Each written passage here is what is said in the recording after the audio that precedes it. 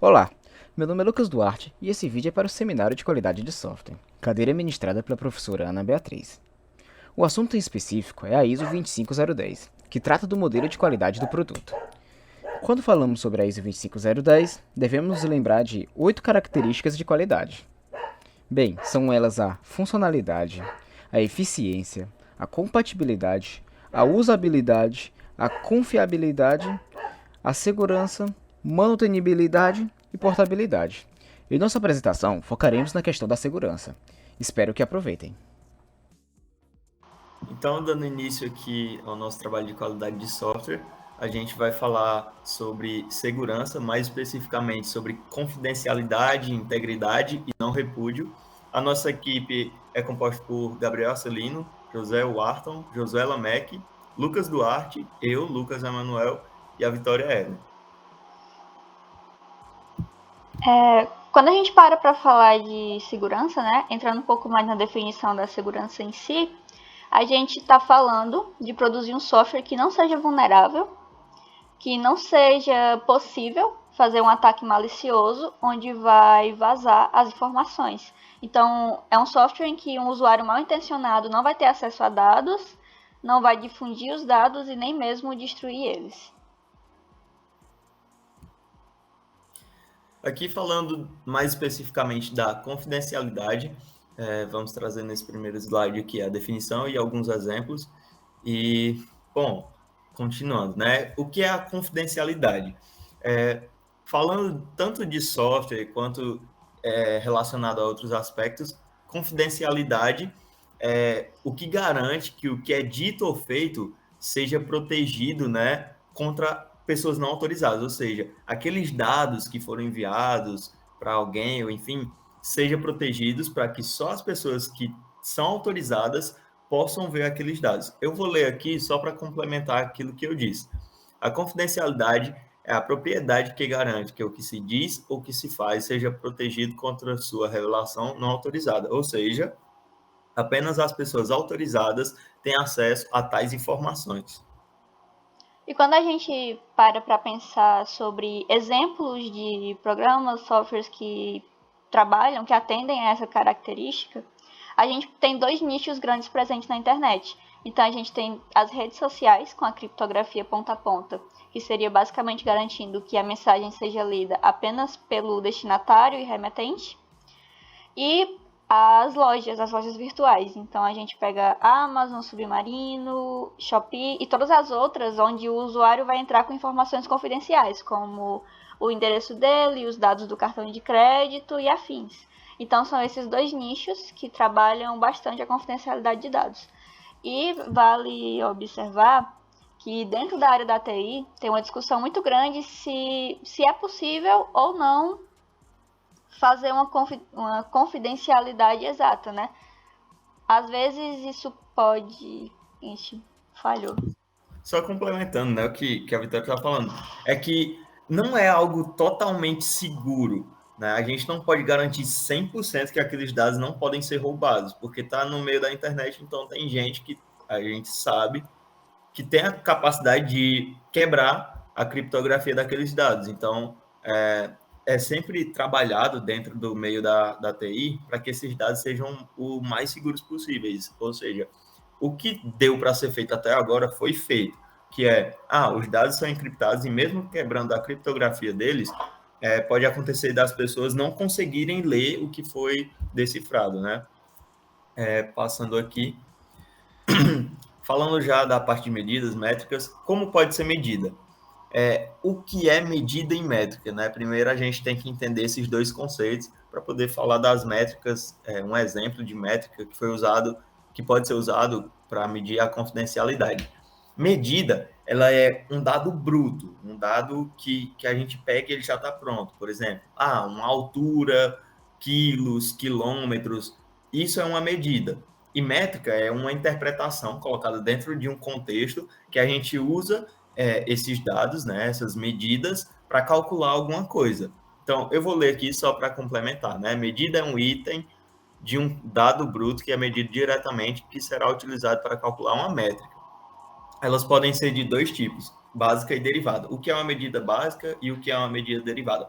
Medida básica é aquele dado que já vem pronto, como, por exemplo, a altura, quantidade de quilos, que eu já havia falado. E derivada, essa medida é calculada através é feita com cálculo, né? Pode ser uma média ou enfim. E métrica é uma interpretação de uma medida ou de um conjunto de medidas que você utiliza para orientar o seu projeto. Por exemplo, a quantidade de não conformidade identificada em um lote de produção. A métrica seria o resultado do cálculo, quantidade de não conformidades sobre quantidade total de lote. Então, um exemplo de métrica que a gente poderia ser um exemplo de métrica que poderia ser usado para medir a confidencialidade seria relacionada ao encriptamento de dados. Então, quantidade de falhas no encriptamento de dados, como seria feita a partir do cálculo, quantidade de falhas de encriptamento sobre a quantidade total de encriptamentos. E aí, quando a gente para pensar como pode ser avaliada a confidencialidade, eu não achei um material muito aprofundado nisso, mas eu encontrei esses dois tipos de teste que eu acredito que eles podem ser feitos em conjuntos. Então, o teste de release, ele é quando você pega uma versão pronta do software e coloca para usuários testar, usuários específicos testarem. Então, seria tipo usuários betas testando o aplicativo. E o teste de intrusão é quando você simula um ataque malicioso a um software. Então, seria uma forma de avaliar se a confidencialidade está ok, pegando uma versão dele e invadindo para saber se os dados vão ser vazados ou não. Continuidade aqui ao trabalho de qualidade de software. Eu estou com a minha dupla aqui, que é o Lamek, eu me chamo Arthur. A gente vai falar sobre um pouco de integridade, certo? Acho que é importante a gente começar pela definição. Bom, a definição de integridade. A integridade ela corresponde à preservação da precisão, a consistência e a confiabilidade de um sistema, ou então até mesmo de todo o seu ciclo de vida. Uma das coisas que é muito importante para a integridade é justamente a preservação dos seus dados originais, fazendo assim com que uma interferência externa, um usuário qualquer não consiga corromper, comprometer ou até danificar os dados. Dando continuidade, a gente entra no segundo tópico, que é sobre os exemplos de softwares que atendam ou não essa subcaracterística, né? O primeiro que a gente vai entrar é a brasileira Nubank, que, como é uma empresa que ela atua no ramo financeiro, trabalha com dados sensíveis, como, por exemplo, o saldo bancário de uma conta, deveria ter um alto nível de segurança e integridade no geral. Porém, como todo software, está sujeito a falhas.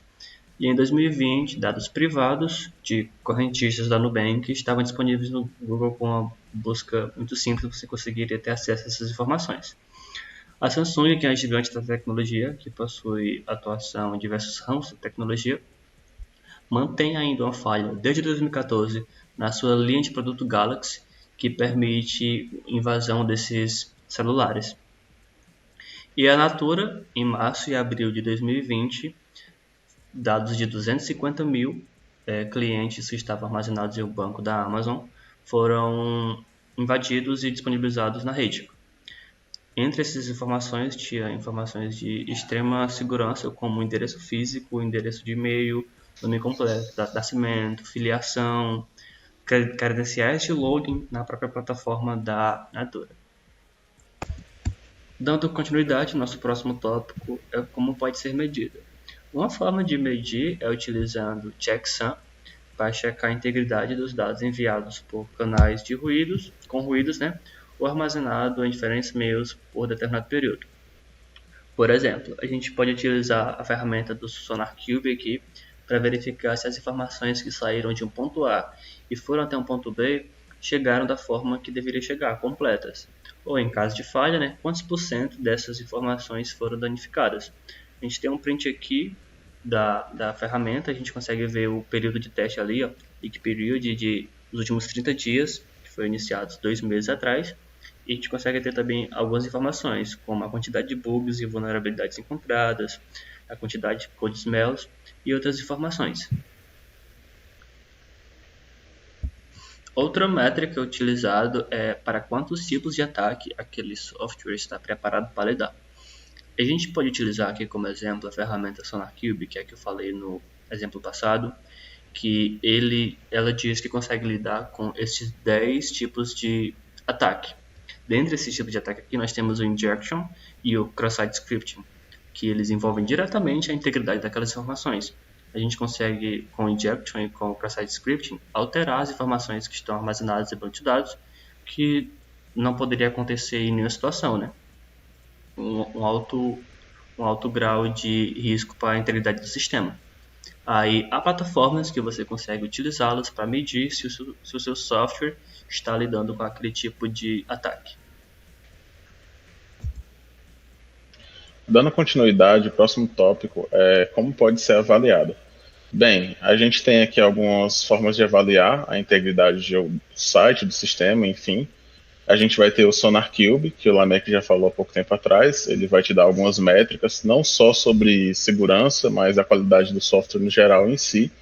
A gente também tem o Black Duck, que ele é praticamente um SonarQube, ele é um software aberto, né? E ele serve mais para a parte de segurança em si, a especialidade dele é segurança em si. Eles fazem parte das revisões e inspeções, eles fazem inspeção do código e etc. A gente também vai ter aqui na parte de testes e auditoria, o que eu encontrei foi sobre a área de pentest. Você pode ter um desenvolvedor ou alguém de QA no seu time que saiba um pouco sobre pentest, ele pode gerar esses relatórios para você, para saber se a integridade, tal como as outras áreas, está ok no seu site. Mas você também pode contratar, né, uma empresa terceirizada para poder realizar esse tipo de teste, nos pentests. A gente também vai ter uma dica que eu encontrei sobre controle de versões. Você sempre está utilizando versionamento para poder manter a integridade em dia. Caso você tenha alguma falha de comprometimento, alguma perda de dado, você vai poder voltar atrás com esses controles de versões. Isso é extremamente importante principalmente para a integridade do seu sistema. Bom dia, meu nome é Gabriel Arcelino e irei falar sobre não repúdio. Devido à necessidade de confiança nas informações compartilhadas e utilizadas em transações diárias, o não repúdio é uma forma para garantir essa confiança. Mas o que seria o não repúdio? O não repúdio é a garantia que um usuário autenticado não pode negar a autoria após realizar um trabalho. Então, se acontecer de alguém repudiar, ou seja, negar alguma transação realizada, através do não repúdio, será provado se o indivíduo fez ou não determinada transação. Normalmente, o não repúdio é utilizado via assinatura digital, onde é realizado através de um meio tecnológico de criptografia, que vai unir um certificado digital de quem assinou e de quem precisa ser assinado. Alguns exemplos de softwares que atendem ao não repúdio é o LabSysWeb, que é um software de gestão de laboratório que possui certificado digital para a assinatura dos laudos, e o DocuSign, que é uma plataforma que oferece o serviço de assinatura eletrônica de documentos. Fala galera, Lucas Duarte aqui novamente. Complementando o que o Gabriel falou, o maior exemplo de não repúdio é a assinatura digital, que é uma assinatura por meio de dispositivos eletrônicos, como um celular, computador ou tablet. Se eu tivesse que resumir a assinatura digital em uma palavra, com toda certeza ela seria segurança. Vamos supor que uma pessoa totalmente hipotética, chamada Beatriz, deseja mandar um documento super importante para sua amiga hipotética, chamada Patrícia. Ela deseja que não reste dúvidas para Patrícia ou qualquer outra pessoa que foi ela que mandou aquele documento. Na assinatura digital se destacam 3 tópicos: a autenticidade, que é responsável por garantir que quem mandou aquele documento foi realmente o remetente e não outra pessoa se passando por ele; a integridade, que além de saber quem assinou o documento, também é importante garantir que o conteúdo não foi modificado, com a certeza que ninguém alterou o documento e, consequentemente, a mensagem contida nele. E o não repúdio. O não repúdio é responsável por garantir que a pessoa que assinou digitalmente não negue que foi ela que assinou no futuro. Para métricas e avaliações do não repúdio, existe um órgão chamado ICP Brasil, que significa Infraestrutura de Chaves Públicas Brasileiras. O ICP é uma cadeia hierárquica que viabiliza a emissão de certificados digitais para identificar virtualmente pessoas físicas ou jurídicas. Existem vários tipos de certificação digitais da ICP Brasil, e eles variam de acordo com a sua aplicação e nível de segurança exigido. Para a garantia do não repúdio, pode-se fazer uso de criptografia de hash SHA-512, por exemplo.